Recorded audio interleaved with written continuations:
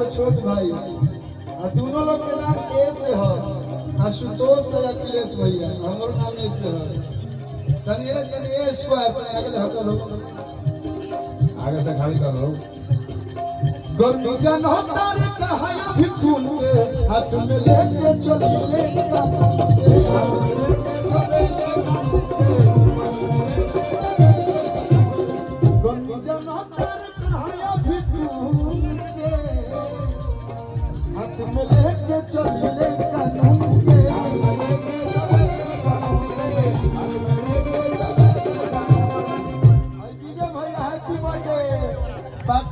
Hello hello जन्मदिन की बहुत बहुत शुभकामनाएं। किसी हमारे किसी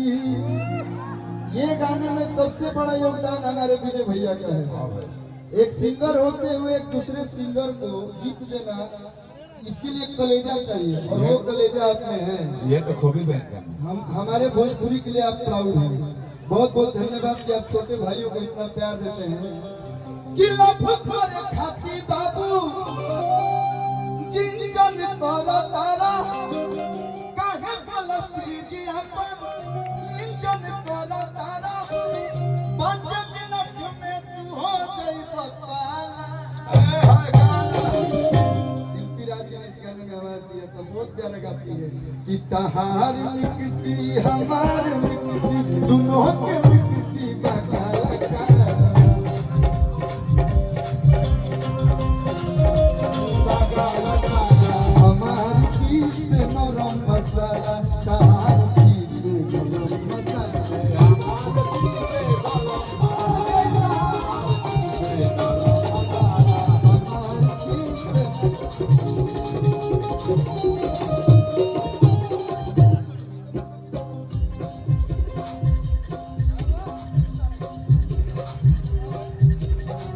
हेलो हेलो भैया भैया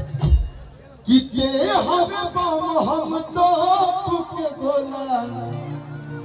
एक एक लाइन गाई गाना ना बाप अरे किते आई जय साहब को से इतना सारा प्यार अधर बाबा को प्यार और समर भैया बलमुआ के बल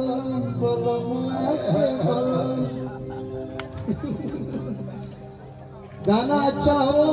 या खराब अगर लोग सुनत है यानी कि बढ़िया गाना ठीक है जो बाजत का तोने चले के चाहिए अगर बात तो भजन गावे खातिर हमके अपन नहीं माने जाए भजन तो इतना सुंदर सुंदर गा दे लेकिन महात्मा लोग सुनिए लोग तो कोई लोग भोजपुरी में बढ़िया गीत गावेला सही है तो हर बाली बहु मर लपका में लुक मर हेलो कि तो हर बाली बहु मर लपका में लुक मर जब चले तो छम छम छम के गोरी शीशा लेखा चम चम चम के गोरी शीशा लेखा चम चम चम के गोरी शीशा लेखा चम चम भैया भैया लेकिन हम गाना गावत नहीं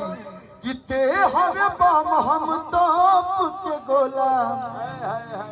ऐसा हमार बिहारी भाई जाई बोलो आरा जिला के पियरों में इतलाड़ पर ना भैया अरे किते हवे बम हम तोप के गोला रंगदारी बिहारी के खूने में होला बिहारी के खूने में रंगदारी बिहारी के खूने में होला के खूने में होला ए हमें बम हम तोप के गोला हमें बम हमें तोप के गोला ए हमें बम हम तोप के गोला हमारे रिंकू भैया बने मन से स्वागत बा और सबसे बड़े हमारे हीरो लाल बाबू पंडित सर एक बार जोरदार ताली बजा दीजिए भोजपुरी के बहुत अच्छे डायरेक्टर एक बार जोरदार ताली चारों तरफ से आप लोग बजाएं लोग सर के साथ हमने 3 फिल्म किया है दुल्हा धीरे चौ ससुराल गलिया राज और ममता की छाव में जो कि इसी महीने रिलीज होगा उसका ट्रेलर आप सबके बीच सूर म्यूजिक से आया हुआ है आप लोग प्यार दीजिए और इसके बाद आएगा मेहमान जिनमें आशुतोष भी बढ़िया बढ़िया गीत निकले बड़े अखिलेश भैया धोखा दे रहे हैं कि यूपी के हो कि बिहार के हो